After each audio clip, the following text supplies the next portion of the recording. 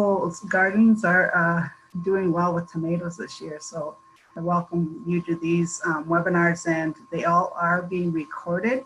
So we will be posting those on our University of Minnesota Extension YouTube food safety channel, and I'll be showing you that link in a little bit. So this is me. My name is Suzanne Driessen, and I'm a University of Minnesota Extension food safety educator. And I've been with Extension for 23 years, and I'm an avid food preserver. I grew up in a family of 13 near Canby, Minnesota, which is in the southwest part of the state. And we had a garden. It was huge, and we preserved everything. And I felt sometimes like I was in a small food processing factory on the farm. And so, but that's okay, because it makes me think about, those are things, those safety and sanitary things really need to be considered when you are preserving food. And my mom was a stickler about that. So that's kind of how I got started. And today I have a garden, and I am an avid food preserver. Today, I do a lot of freezing and dehydrating. I have a dehydrator that I love to use. Love dehydrated tomatoes. Those are my favorite. I haven't done a lot of canning tomato products in the past few years as my kids have moved out, but my favorites are crushed tomatoes and home canned tomato juice. So today we're going to focus on freezing, drying, or canning your tomatoes. If you're sick of eating them and want to preserve them, we'll go through some steps on how to do that.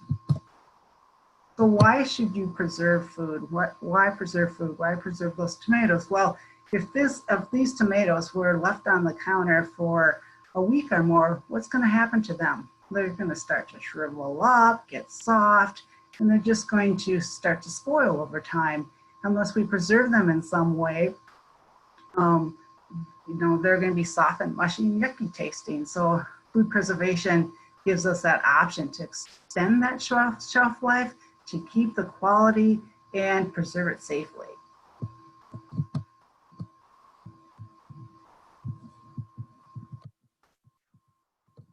So let's just take a look at the nutritional value of preserved produce, and we'll look at the 4 most common methods.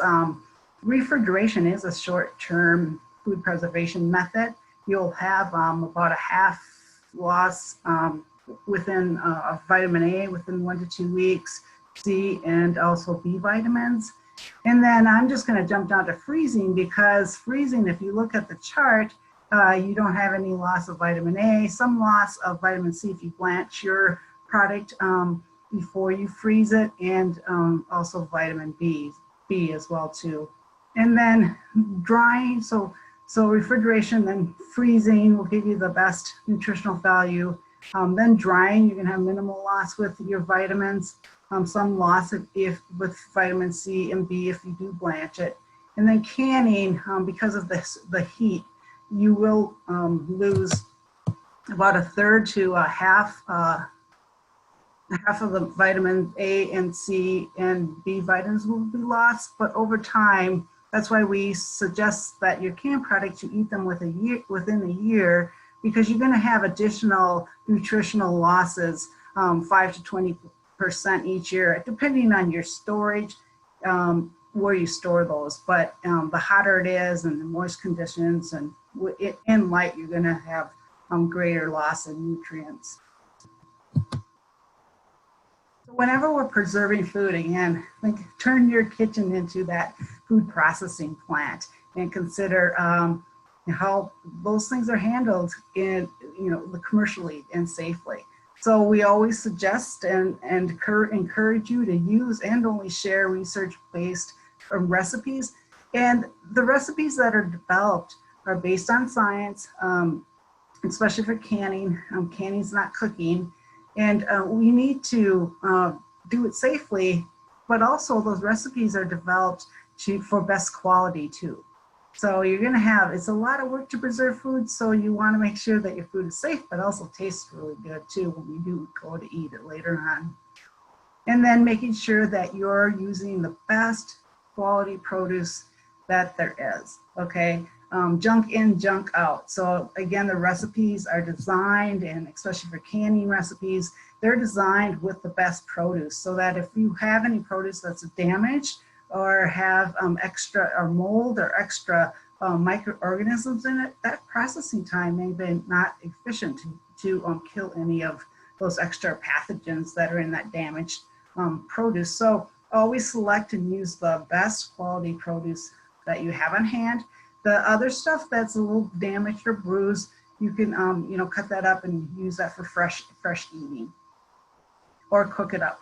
And then of course, hands, right? Making sure that we're washing our hands well before we start, and then frequently during the process as well too. Cleaning and sanitizing is really important. Again, we don't want to introduce any microbes into our food or on the surfaces that we're working with. So making sure that we're cleaning and sanitizing that sink first if we're washing our produce in there. So again, we're not contaminating our produce. And then making sure that our equipment that we're using matches the method that we're using. So that if we have to pressure can something, that we have a pressure canner to do that. So we're going to jump into freezing tomatoes, and it is one of the easiest, quickest, most convenient, and as we saw in the nutritional chart, provides you with the best nutritional value as well. There's 3 ways to freeze fresh raw tomatoes. There's a tray pack, solid pack, whole or quartered. And there's other methods too, but these are the 3 that we'll focus in on today. So a solid pack is really designed for tomatoes that you're going to use in cooking once you thaw those out and bring those and you want to use those. So those the solid pack works well for diced, chopped, or sauce tomatoes, and it's really simple. So once you wash them, clean them, dice, chop, sauce them, you can pack them right into the freezer container, and then you're going to allow 1-inch headspace, which is this empty space here from the top of the tomato product to the rim of the container. And the reason you do that is these tomatoes will expand while they're freezing, and then when they expand, that empty space will get filled up with these tomatoes. If you fill it too full, it might pop off your lid, and then you're going to have some quality issues as far as freezer burn and such. And then when you're ready to use those, you can thaw them in the refrigerator overnight. You can thaw them in the microwave to use. That's kind of my favorite way to do it. Or you can, if you can get them out of the container, you can just plop them right into that chili or whatever you're making.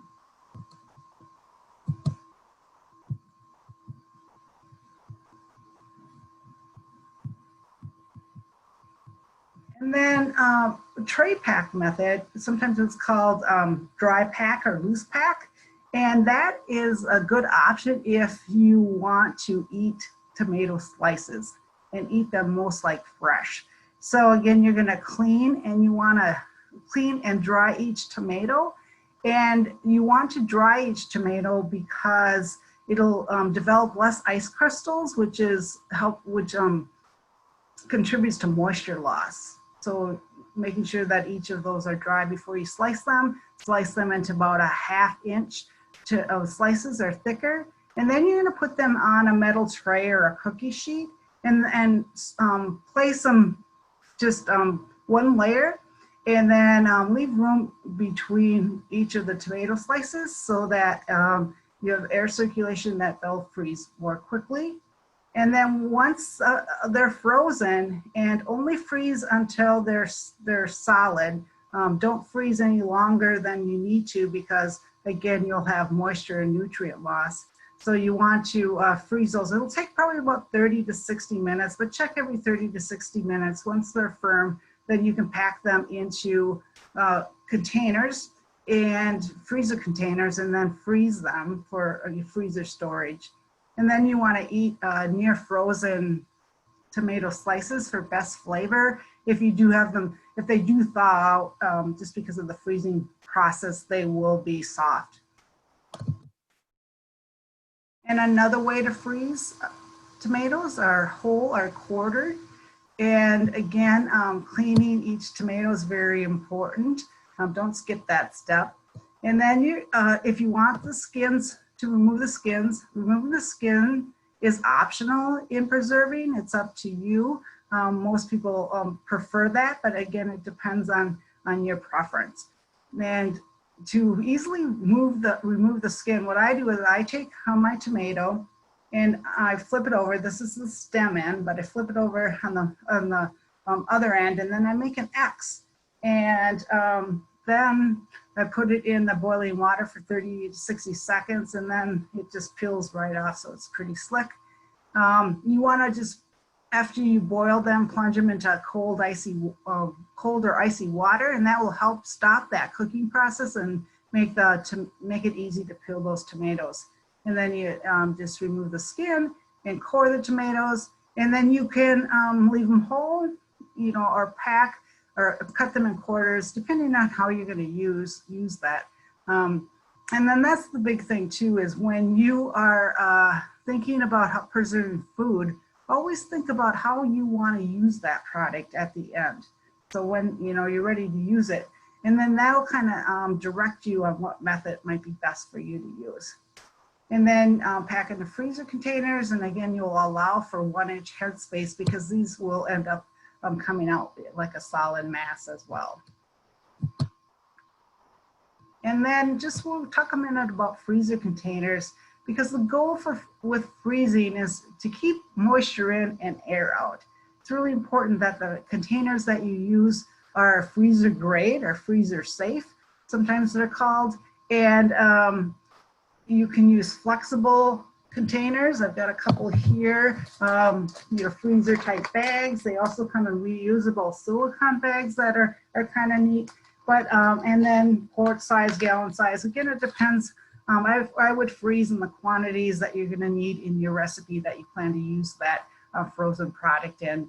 And then also there are reusable containers, and they're nice because they can stack and work really well. Then I have a picture here too, but most of our newer containers will have safety information on them with the little symbols on how to use them. And the snowflake, if you can see that, snowflake there is indicator that it is freezer safe. And you're going to freeze at your products, all produce and all food really at 0 degrees or colder for best texture and flavor. And then for tomatoes and most fruits and vegetables, they'll retain their nutrition and quality for up to 8 to 12 months. So I'll give you a turn to share your favorite way to freeze and enjoy frozen tomatoes throughout the year. You could use the chat. Again, if you're new to Zoom, you can hover on the lower part of your screen and a toolbar should appear, and you can click on the chat, and please change your answers to all panelists and attendees. And Lisa's monitoring that for us. So Lisa, as things come in, if you'd like to share, that'd be awesome. I think someone shared that last year they made freezer salsa, and that tasted great. Awesome. Excellent. And you know what I'll say about that is, if you want to get creative with salsa recipes, you can freeze it, and it does work out really well. I found that if I thawed in the refrigerator, it will get a little watery, but you could just drain that off. And I like to then just take some tomato paste to thicken it up, and it's awesome. Anything else, Lisa? Yep, I have freezing homemade pasta sauce, tomato sauce and salsa. Someone wants to try marinara. Someone is planning to use Mrs. Wages mix and freeze. Okay, sure. Yes, so preserving food is very popular, and canning companies that make products are responding to that. So you'll see all kinds of products out there that you can use that makes your job a little easier. It's more of a mix in and freeze. So all right, well, thanks everyone for sharing. Sounds like some great ideas. And you know, the purpose for us to share is, again, it can spark some ideas that we might not have thought of before. We'll move on to canning your tomatoes. And I'm just sure I got my right spot on my notes. Thank you for your patience. So guess what? The most common product is to home can tomatoes. Yeah, it's very popular and it's very versatile too. You can make tomato sauce, tomato juice, pasta sauce, chili, what else? A mixture, vegetable juice. People love to make Bloody Mary mix. I mean, there's a lot of different variety and recipes that are tested and approved out there for home canning. So whenever you're home canning, you want to, again, sometimes I repeat myself on these webinars, and most of the time it's because of importance. And this one is especially important for if you're home canning. We want to make sure that we're using a perfect product. Again, we don't want to introduce any extra bacteria that the processing time may not be able to handle, and then make that our final product would be unsafe. So making sure that your tomatoes are fresh, firm, underripe or just ripe. And the reason for that is because when tomatoes are green, they have the most acid. And as they ripen, the acidity level gets less and less. So that when they're overripe, they tend to be less acidic and not safe for canning. And then again, you want to make sure they're disease, insect free, that they're not harvested from damaged or diseased vines, or from, you know, like late blight or even frost. Hopefully that's a ways away, but making sure that you're not using those tomatoes for canning. You can, however, use those for freezing. And then you want to make sure that you clean those really well. One of the most common causes of a sour tomato bacteria that's actually spoils the product is from not cleaning the tomato well before canning it. So making sure that you're actually washing each tomato. You don't want to use a produce brush on tomatoes because you know, they are tender, but you can use your clean hands to rub them, or a clean cloth, and making sure that you're, you know, getting around that stem scar. The newer research shows that your water to wash your tomato should be 10 degrees warmer than your tomato product.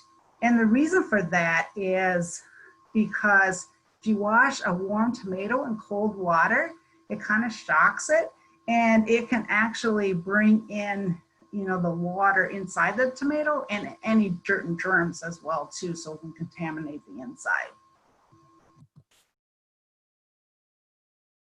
And then acidity level really does matter. Again, on your tomato product, a lot of the tomatoes we grow now vary in acidity level, and they actually, some are low acid products, and it also depends on the growing conditions, your soil, and all other things do contribute to that.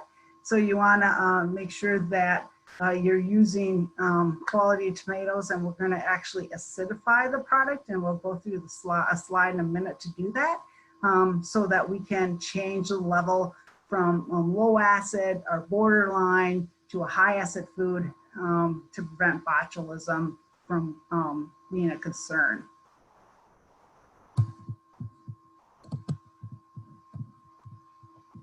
And so all tomato products, whether you're pressure canning or using the boiling water canning method, do require the addition of acid to, and usually add it to each jar before you add the tomato product. So you can add it in citric acid, bottled lemon or lime juice, or vinegar.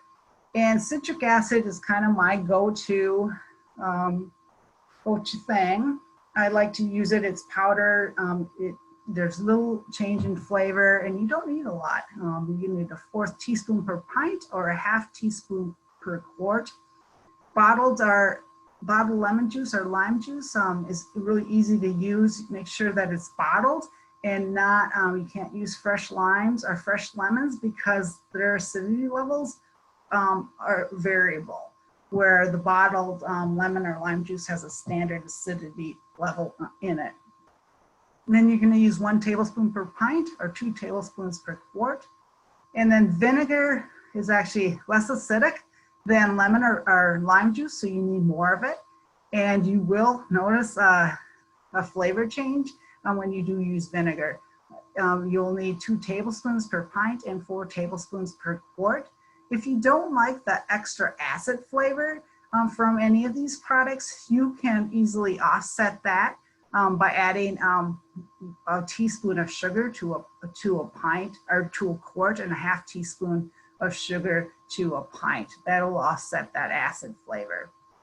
But it's very, very important for food safety to add acid to all tomato products before canning. And then you'll need special equipment. If you're new to canning, I'm gonna refer you to a couple of resources. I did a webinar on canning basics. So again, that'll be on our YouTube channel, Extension Food Safety YouTube channel.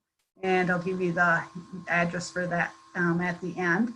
But your recipe will dictate whether you need to use the boiling water or the pressure canner process.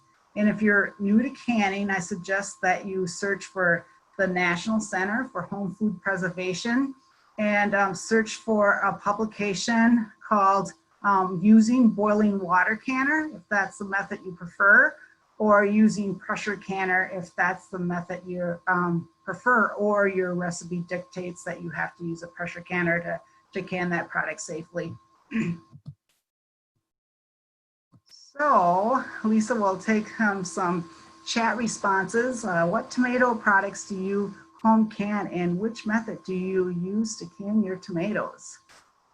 I think we've heard some of this already, but I know people were still joining us, so feel free to add in the chat. We've had just a couple of questions come in too. Sure. Someone's wondering why wouldn't you use fresh lemon or lime juice? Right, so again, fresh lemon and lime juice, the acidity levels are variable. So there's a range, and recipes are designed, safe canning recipes are designed for a specific acidity level that you only get when you're using bottled lemon or lime juice.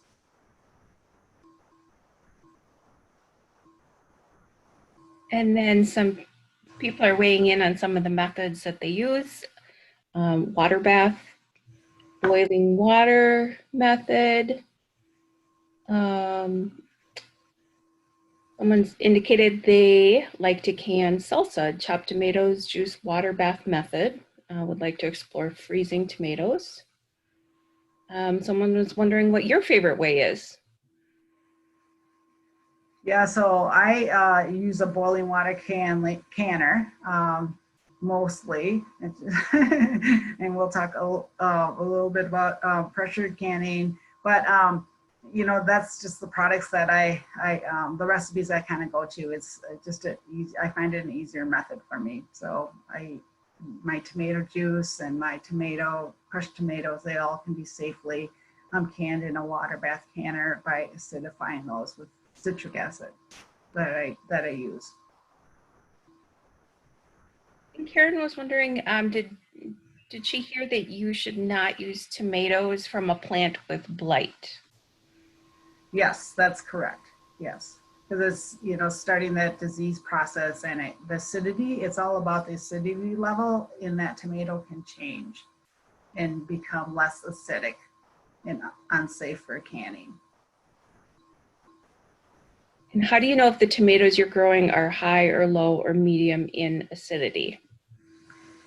You'll have to do some research about that. I don't have it with me today, but North Dakota State Extension, they do have a list of low acid varieties of tomatoes.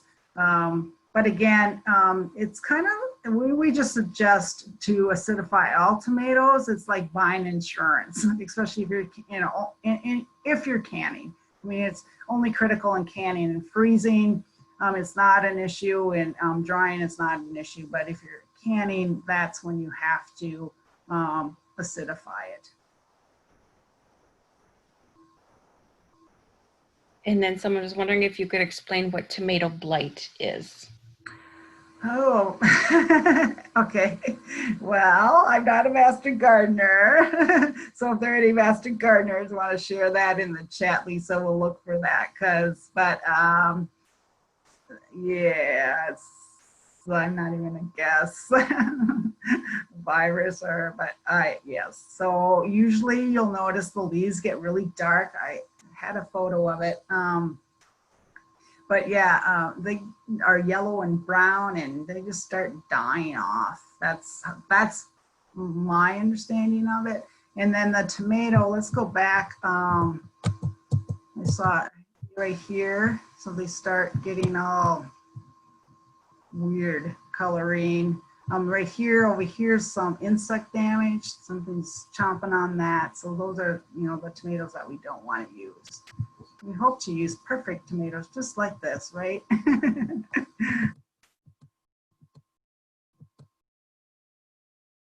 Anything else, Lisa? That's it for now. Okay, thank you. Thanks everyone for sharing and those great questions. I appreciate that. I love that you have a chance to ask questions when you register too. So I tried to build some of that into my presentation, but I know as you hear me talk or read the chat, it might inspire other questions. So feel free to keep those coming. Speaking of questions, these were some of those that came in when you registered. Can I freeze, it's supposed to be freeze cherry tomatoes, and yes, you can. Cherry tomatoes, plants seem to really produce a lot of tomatoes that we don't know what to do with sometimes. And actually freezing cherry tomatoes does provide the best method to freeze those tomatoes and for best taste and value. If you put them in a sauce, they're so thin that the sauce, or if you juice them, it'll be bitter. So freezing them is the best way to do that. And what are the pros and cons of investing in a freezer? And this person was running out of freezer space. And I think during our quarantine and COVID prevention that we are buying more things and our freezer is filling up faster. So that investing in a freezer, there's two different varieties. A chest type will always be one that you have to self-defrost. So if that's an issue, otherwise you can get defrost-free freezer. So again, depends on your preference. I did cover this in detail in my freezing webinar. So I invite you to check out the recording to that if you're interested. But in general, just a couple of things: an upright automatic defrosting or frost-free freezer will cost more, and it does cost more to operate. But again, you don't have to do that defrosting. That's all built in. Just remember that every time you open up your freezer, you're adding moisture from the outside to the inside of the freezer, and that's what builds up frost. So depending on how often you're going in there, a frost-free freezer might be, if you're in there all the time, might be the way to go. But if you have it in the basement and you only go in there every other day or not very frequently, then and you want that food to be solidly frozen for longer term storage. A chest freezer might be a better option for you. And someone asked, what happens to food when you thaw and refreeze it? So it is safe. Let's say you take something out, thaw it in the refrigerator, and plans change, and you're not going to use it. So you want to refreeze it. It's safe to do that. Refreeze it in 1 to 2 days. If you can't, then cook it up into something and you can freeze that. But what will happen is you'll lose moisture, flavor, and texture during that repeated thawing process. So it's not going to be the same quality as the first time you thawed it out. All right. I'm not sure why that got stuck in this section, but okay.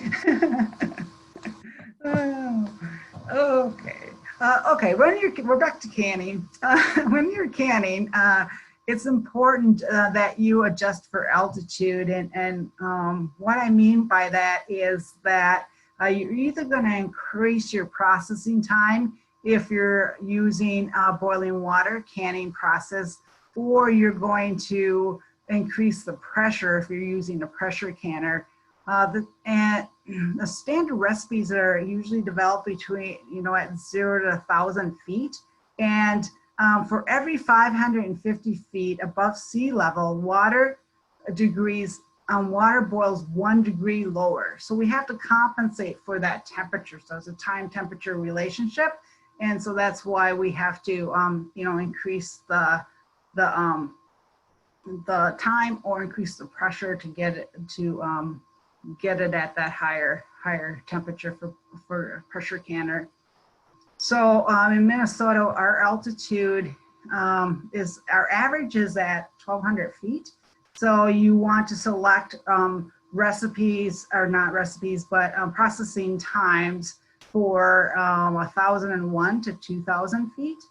And any recipe you find on our University of Minnesota Extension recipe, or the ones, I think, Lisa, we're providing some today as handouts, they have already been adjusted for Minnesota altitudes.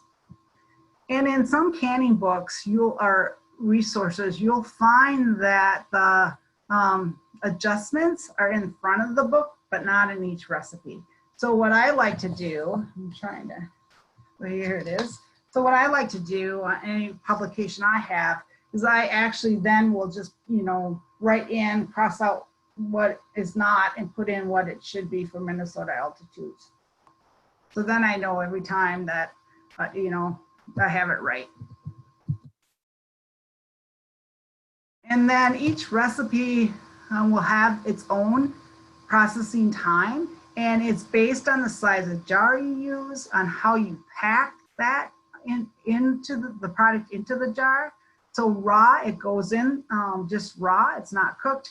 In a hot pack, is you heat it on the stove first, and then you put it into the jars hot. And then headspace is actually the empty space. I showed you that when we looked at the freezer container, but it's going to be the empty space from the tomato product to the rim of the jar. And you'll notice that tomatoes where we have no added liquid, or tomatoes packed in their own juice, will have a longer processing time. And the reason for that is that the juices are less acidic, and the heat doesn't transfer as readily as it does in just water. So that's why the processing time for tomatoes packed in water are less. And then the other thing that you'll notice is that the processing time for tomatoes packed in water are both for hot and raw packed. But for pints, we have 45 minutes, and for quarts, it's increased to 50 minutes because we have a bigger volume. So just making sure that you're using current processing times that we say resources from 1994 or newer. Older recipes and processing times are shorter and your product then will be under processed. And then pressure canners, usually your time will be less, but it's regulated by, you adjust for altitude by increasing your weight or your pressure per square inch. So here, if we take a look at this chart, and again, this is for altitudes between 1,001 and 3,000 feet, we'll see that we're having tomatoes, no added liquid with a raw pack. Again, you have to pack the jar according to the directions in the recipe. So if it says raw pack, then you have to pack it raw and not hot. Sometimes it gives you an option, hot and raw. And I would suggest that if it gives you an option for a hot pack, I would hot pack the tomatoes, which means you're putting them on the stove and heating them up briefly. Your recipe will tell you how long to do that. But the reason for that is there's, again, a lot of air in our tomatoes. And as you're heating it up on the stove, that will drive out the air, and you'll have less floating tomatoes in your jar after you can them. So the other thing you'll see that the processing times are shorter, but just remember that when you are pressure canning, that there's other things that do add time to the entire process. You have to vent that canner for 10 minutes. You have your processing time, and then, vent it, then you have to pressurize it. That takes more time. Then you have your processing time, and then you have your depressurizing time. That can actually take 30 minutes or so. So there's other things that do add to that processing time, especially if you're new to canning. I just wanted to share that with you. And then I'm just going to share a couple of research updates that were developed by USDA, or the National Center for Home Food Preservation out of the University of Georgia, that does the research for USDA. And this came out in 2014, that remember before I said that you would always add your citric acid or your acidifier to each jar, but for tomato paste, your directions will tell you to add citric acid during the cooking, and that's because it's so thick that you want to make sure it's distributed uniformly throughout that whole batch. And they also produced and released some new recipes. They have a chili recipe and a choice salsa recipe that gives you a little flexibility on being able to trade out onions for peppers, in amounts anyway. And then speaking of recipes, I'd like to, if you haven't tried it, the Minnesota tomato mixture recipe you'll find on our University of Minnesota Extension website. I believe we're providing you a copy of it today too. And that was developed by the University of Minnesota. And it actually is a stewed tomato mixture of celery, peppers, tomatoes, and onions. Most USDA recipes of this type do call for a pressure canner process, but ours have been tested. You do have to acidify these products though, and that's listed in the recipe. And then we'll move on to salsa. I'm talking about salsa. Canning salsa is a hot topic, and it's popular for sure. There's a lot of sites that you'll find recipes on, but we really recommend and encourage you to use current tested recipes. Again, they're designed for safety and also for quality. But what researchers do is they actually will put microorganisms in these products and making sure that the processing time is sufficient to get rid of those microorganisms. So it's not something you can just mix and match. I had a chef tell me one time that she gave her husband botulism because she's a chef and she created this recipe and canned it. And if you want to create salsa recipes, then plan on freezing those and not canning those. But making sure that you're using a reliable site, I just wanted to share some research here from the University of Maine. They evaluated 56 home canning salsa recipes from 43 blogs and recipe sites, and they found that 70% of the home canning salsa recipes did not include USDA safe home canning standards. So again, that's why it's really important to use safe, reliable sources. You know, we're always search for stuff online, but what I'd recommend is that you, when you do your search, direct it so that it'll get you to a government or an EDU site, because those are university and research based. So for example, if you want to can salsa, canning salsa, and then you'd put site:.edu, or you could, if you're looking for a government site, canning salsa site:.gov.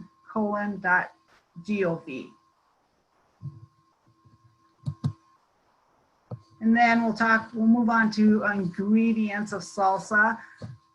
So again, when you're making salsa, you're mixing borderline acid tomatoes with low acid products like peppers and garlic and onions. So again, it's going to call for either vinegar or bottled lemon or lime juice, so that it makes it from a low acid food to a high acid food. So Clostridium botulinum can't grow in that home canned product. So that's really important. And to follow your recipe directions as is. When you're measuring your vinegar or your lemon juice, use a liquid measuring cup to measure that, so you get the exact amount for your recipe. And just to let you know that if you're using USDA recipes, it is safe to substitute bottled lemon juice or lime juice for vinegar, but it's not safe to substitute vinegar for lemon juice or lime juice. Remember that vinegar is less acidic than lemon or lime juice. Whenever you're doing canning, if you are using vinegar, I did a pickling webinar last week, but and vinegar is most of the time used in pickling. But making sure that when you're shopping for vinegar, look for 5% acidity. It has to say 5% acidity. There are some vinegars on the market today in stores that will be 3 to 4%. Last week I found one that said contains up to 5%, and it's like, no, it has to be 5%. So be sure to shop and get 5% vinegar if that's what your recipe calls for in your salsa recipe. And then we'll talk about tomatoes. There was a lot of questions that came in about varieties and types and that kind of thing. Usually your package or you do research on the tomato product or the tomato variety you bought and what's the best way to use that. But most of the time for salsa, you want to use paste. You can also use, red, green, and a variety, mix and match too. But again, remember to make sure that they're underripe to firm tomatoes for the highest acidity level. And we suggest that you not blend or use a food processor to chop up your salsa ingredients. And the reason for that is that you're actually going to break down that pectin that in that tomato that holds it together, and you're going to end up with a watery product. And then most salsa recipes will call for pepper, onions. Some recipes call for garlic. You can mix and match the variety, the hot, sweet variety of peppers. That's fine to do, but your recipe, if it calls for 1 cup peppers, then that's 1 cup peppers. And it's usually diced for all of these products. And then a variety of onions, red, yellow, sweet, whatever you prefer. That's a taste preference. And same with the garlic as too. Making sure your garlic is cured though is important. And then again, not increasing the amount of pepper, onions, or garlic because they are low in acidity and will change your product and make it unsafe for home canning. And then your recipe, take a lot of times just for flavor, it'll call for salt, and it's not that much salt added. to the whole batch. But choose pickling or canning salt because it's pure salt crystals. The other salts may have other minerals in it that will change the flavor of your product. Whenever it calls for spices, fresh whole spices are best. I always like to buy new spices at the beginning of the canning season because they do lose their flavor during storage. Sometimes you will add sugar, especially if you don't like that acidic flavor. So again, 1 teaspoon per pint. Okay, I think I said half teaspoon. It is 1 teaspoon per pint or 2 teaspoons per quart to offset your acidic flavor. But I will back up again because there's a reason why it only says 1 teaspoon per pint, because there are only, and this comes up in another slide, but there you will not find any processing time for quart jars of salsa per USDA, okay? So that, again, the jar size matters because of the processing time dictates what size jars you can safely use. And then preparation and processing your salsa. You're going to mix your ingredients together, and then your recipe will tell you to heat that. The recipe I use, I heated it on the stove for 10 minutes, and then I'm going to fill it in the clean hot jars. So these are usually hot while I get my salsa ready in a pot of water. And then this is a jar filler, which is a really handy tool. And then you'd allow, it's a 1/2 inch headspace for salsa. And then once you fill the jars, take a wet wipe paper towel or cloth and wipe down those rims so it doesn't interfere with your seal. And then whatever capping lid system that you use, that goes on, and then they go into the boiling water canner. And when it comes back to boiling, then you set your timer. And for pints in Minnesota are between 1,001 to 6,000 feet. You process those for 20 minutes. Tips for a safe, high quality home canned product. There's a lot of unsafe methods out there. Older recipes will call for like open kettle or immersion, which you actually put hot food in the jar, you cap it, and you just leave it. You don't put it in a canner. Or it might tell you to cap it and then invert it upside down. And again, that's unsafe to do because it can break that seal. And any open kettle or immersion, they're going to spoil over time. And this, it may seal at first, but that seal won't last, and it won't be a nice tight vacuum seal that you get with the canning process. And then there's internet sites out there and blogs that are promoting microwave, dishwasher, or oven canning as new ways to can. And again, those aren't safe because they do not meet that heating requirements to safely destroy yeast and mold spores that can spoil your food, but also sensitive bacteria, heat-sensitive bacteria in acidic foods like salmonella, for example. And then we recommend that you don't add or thicken, add milk or thicken your tomato products with flour or cornstarch, because that's going to interfere with the heating of it as well too. And always, always, always process according to tested recipes.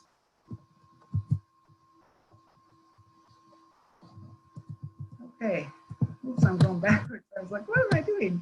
Oh, ooh. All right, and then storing and consuming your home canned tomato products. You want to store them in a cool, dry place, making sure that that seal is tightly sealed before you store them. And then take a wet cloth and wipe it down really well, because any residue that's left on that jar can mold during storage.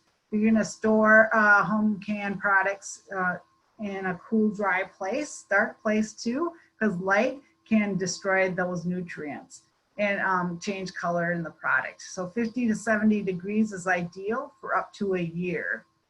Some of the newer canning lids, like Sure Tight Fit by Ball Company.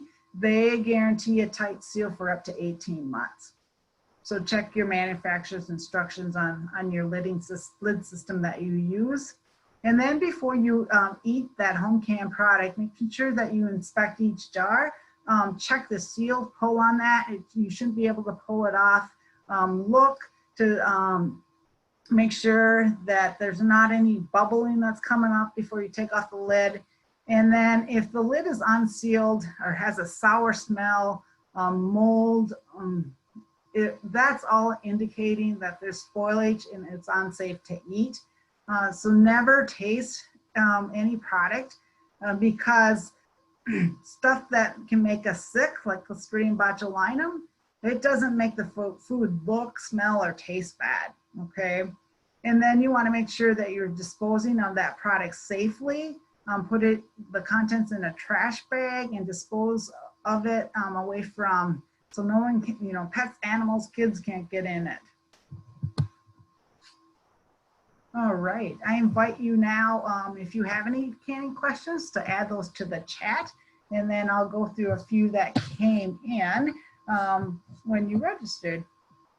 What is the best tomato for home canning? And if you have suggestions, things that, varieties that you like, please add those in the chat and share with our participants today so we can learn from each other. But slicing varieties, they do work really well for juice, or if you're doing a quartered tomato, those work, or whole tomatoes, those work really well.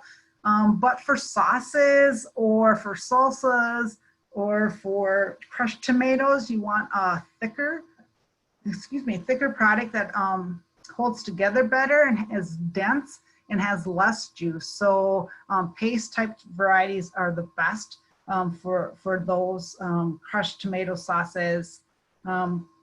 So look for those. And what is the processing time for tomato juice in half-gallon jars? Well, you will not find a processing time for tomato juice in half-gallon jars. There are no approved home can processing time for half-gallon jars. The only two juices that you can safely can in a half-gallon jars are apple and grape juice. Is there a canning recipe for a vegetable juice blend? Yes, the National Center for Home Food Preservation does have a vegetable juice blend recipe, and it has an average of 22 pounds of tomatoes per canner load of 7 quarts. And then you add no more than 3 cups of any combination of finely chopped celery, onions, carrots, and peppers per batch. And you do have to acidify that juice as well too. You will find processing methods for both the boiling water canner and also for the pressure canner. And then Vanessa asked, can frozen tomatoes be canned? She has, not all of her tomatoes are at peak ripeness at the same time, and she doesn't want to can every day. You may freeze tomatoes until, and hold them in the freezer until you are ready to have enough to can. While it's not recommended to can tomatoes from frozen vines, the acidity does not change once you harvest those just ripe tomatoes and freeze those. So just to let you know that, if that sounded confusing to you. All right, I think that's what I have there. Lisa, any questions about canning? I do have a few questions. Vicki was wondering, how do you know if a recipe is currently tested, like a current? Sure. Well, okay. So if you have an heirloom recipe or from a book, you don't know the date, or you find something on a blog and it sounds, legit, what I would suggest that you do is pull up a recipe, let's say it's a salsa recipe, and pull one up from the National Center for Home Food Preservation or one on our University of Minnesota website and compare it. Does it have the same, acidification? Does it have the same quantity of ingredients? Does it have the same processing time? So that's what I would suggest. Someone else was wondering if you could explain what cured garlic is. So, sure. So basically, what that means is that you're actually letting it, and again, Master Gardeners help me out, but you're letting it set, I guess, cured, so that it actually forms a nice hard shell, and it's not a fresh garlic. These are really great questions. Okay, do you have to use salt and sugar for safety reasons, or can you leave it out? So in home canning, salt and sugar, unless you're fermenting for salt anyway, is optional.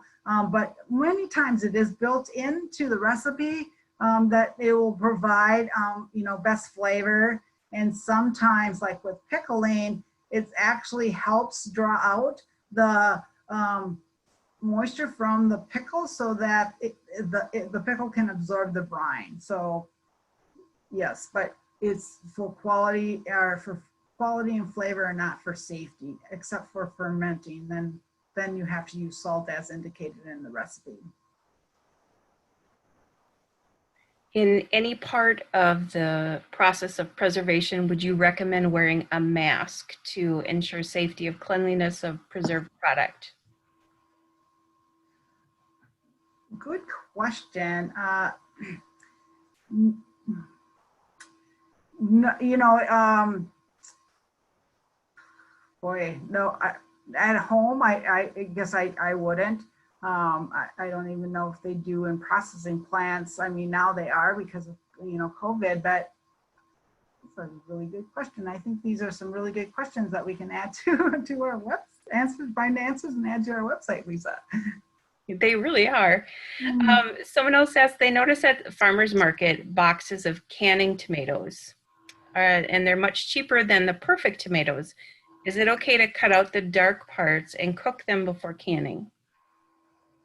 Yeah, again, right. And I would just ask some questions of the grower. When did they harvest that? What kind of tomato are they?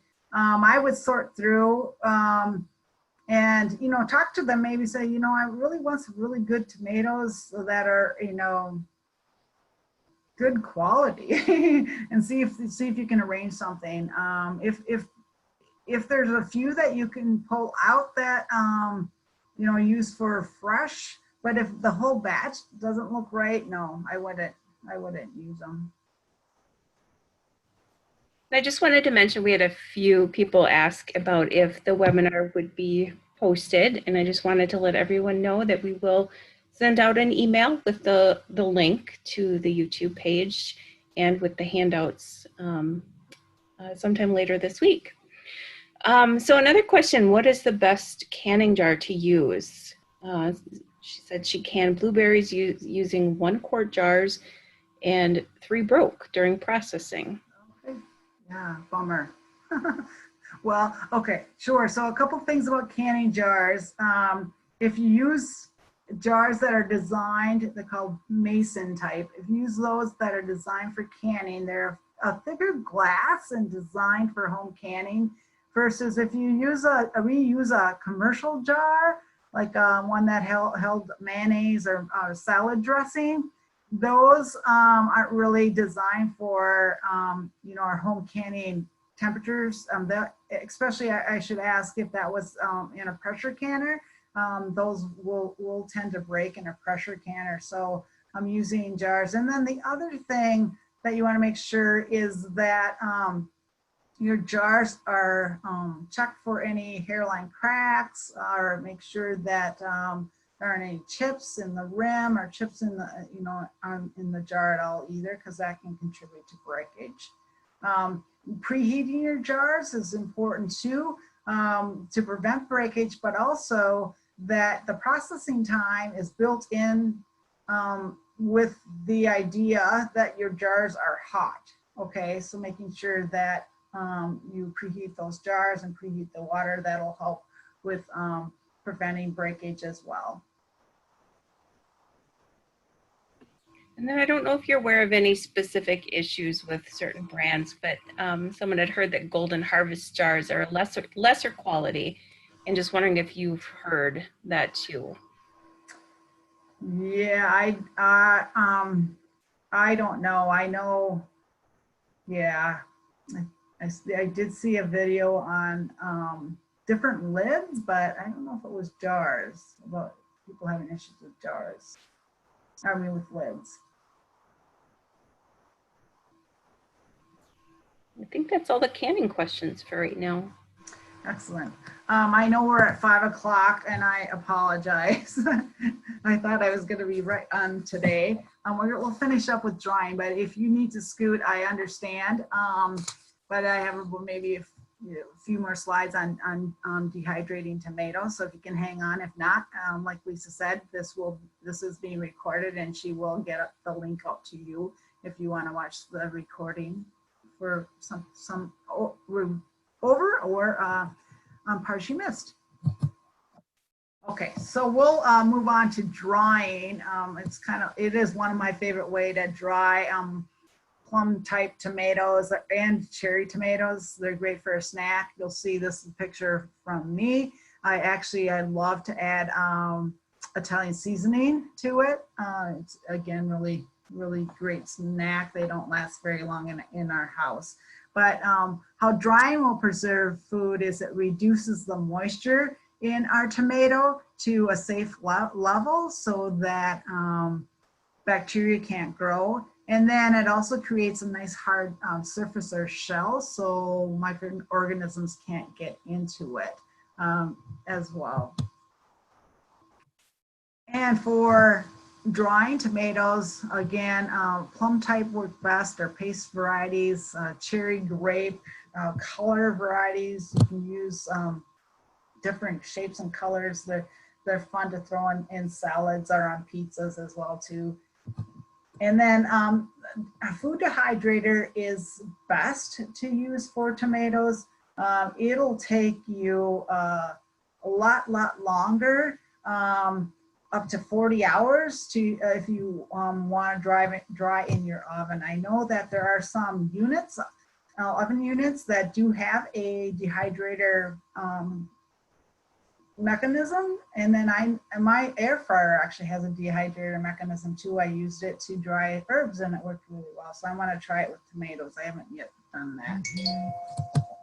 And then again, making sure that you clean those tomatoes under running water. That's 10 degrees warmer, and then prepare tomatoes. And for tomatoes, you can slice them or quarter them depending on your final use of how you but the thicker they are, the longer they'll take to dry.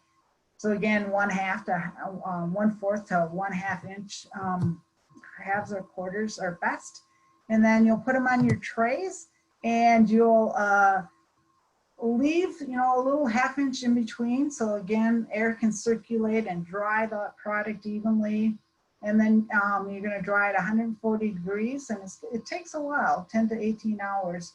And you want to rotate, if you have trays like shown in this picture, you want to rotate those trays every 2 to 4 hours. And again, that'll help with it to distribute the heat uniformly, and hopefully they'll all dry at the same time. So you're not having to take some off, put them back in if they're not dried. And to know if they're dried or not, you'll take the tomato slice and bend it in half. And if it sticks together, it's not dry enough, or it feels sticky in the middle, then you have to keep drying it. But if it doesn't stick together to itself, then it's dry enough. And then you're going to store dried tomatoes in airtight containers. I have a vacuum sealer, and that worked really well. And you can store, temperature does affect how long you can store items, dried items, 9 months at 60 degrees, and then 6 months at 80 degrees. Or you can put them in your freezer and you'll have longer storage, 12 months at 0 degrees. And just in summary, to canned tomatoes, you have options, right? And I didn't even get through all the options. We heard people were doing some tomato ginger jam, so you can ferment tomatoes too. So there's a lot of different options to preserving tomatoes and being able to enjoy that flavor of summer all year round. But making sure that you're using USDA credible resources and methods. Extension.org is a great resource to find resources from universities across our nation.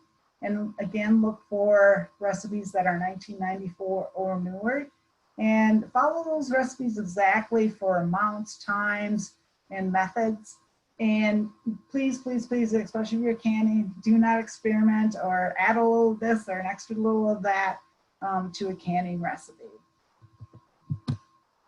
And I invite you to visit our University of Minnesota Extension website. We have a preparing and preserving page, which we have a lot of great resources and information. We also have some videos. Here's our YouTube channel, and Lisa will send this link out to you. If you're on Twitter, follow us at UMN Food Safety, because many of my posts are on food preservation. And if you have a question while you're preserving or wondering about a food preservation method or something I didn't talk about today, you can always call our answer line if you live in Minnesota at 1-800-854-1678. And that's a Monday through Friday service. The hours are posted there. You can email them if, or leave a message if it's up, you know. Of course, we're preserving not during those day hours usually. And there's also, they also have a website that has a lot of frequently asked questions, and you can sign up for a blog that you can get via email that has a lot of up-to-date information. And I have some upcoming webinars coming up, drying, preserving fall vegetables, and fermenting. So if you're not, if you are not signed up and want to, please do, or share with family and friends. And again, these will be recorded and posted. So thanks everyone for being here today. Before we get to questions, if you would please put one thing you learned today and one action item you'll take as a result of this webinar. Please chime in the chat for us.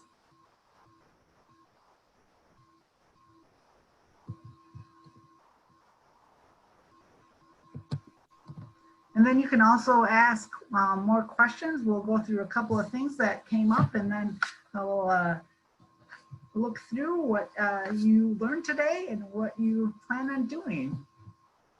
So one question that came in was, what can I do to prevent my tomatoes from getting dark when I dehydrate them? And one option is to use a anti-darkening agent like this Fruit Fresh. For example, I'm not promoting any products, by the way, but there's options out there. But 1 teaspoon of citric acid, and then add that to a quart of water and put your tomatoes in there before drying. That's going to help prevent them from getting dark. And can I preserve sun-dried tomatoes in oil? Commercial garlic and oil mixtures are acidified to prevent bacterial growth. And they can be stored safely at room temperature. So anything in oil is a botulism risk. And unfortunately, we do not have any home canning or recipes for making a home preserved like the commercial oil, excuse me, tomato, sun-dried tomato products. So what we recommend, if you do make sun-dried tomato in oil, that you can freeze that product, or you can store it in the refrigerator, but it will have a very short shelf life for safety. You can only store it for no more than 4 days.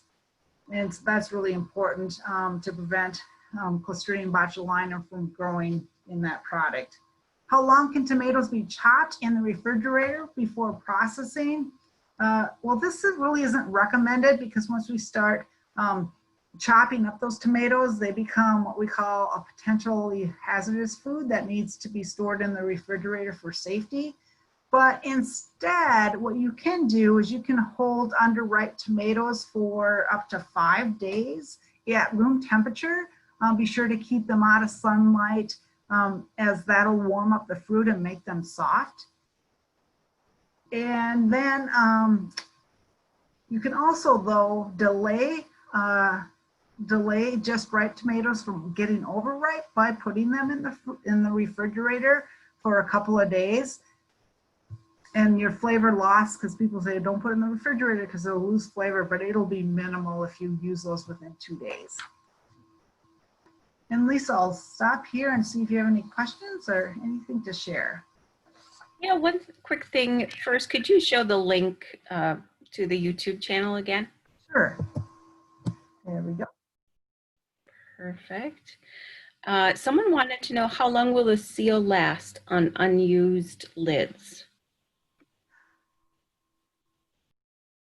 Okay, sure. So how long can you store lids? And we recommend that you use lids that are no older than 5 years old. So manufacturers kind of guarantee them that that plastic pesticide used on those seals will be good for up to 5 years.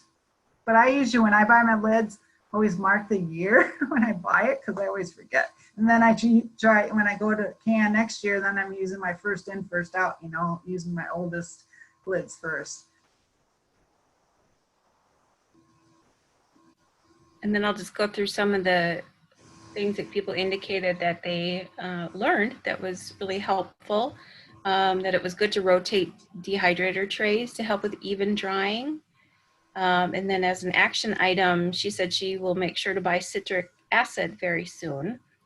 Another person said they learned how to freeze tomatoes, and that was helpful. The details of acidifying tomatoes, the importance of following recipes from 1994 or later and not to improvise. Someone said they weren't aware how much nutritional value was lost during canning versus drying and freezing. And then another said, thank you for another wonderful presentation. Very useful information and good info all the way around. Excellent. Well, thanks everyone for joining us, and hopefully see you at the Dry It You'll Like It on August 20th.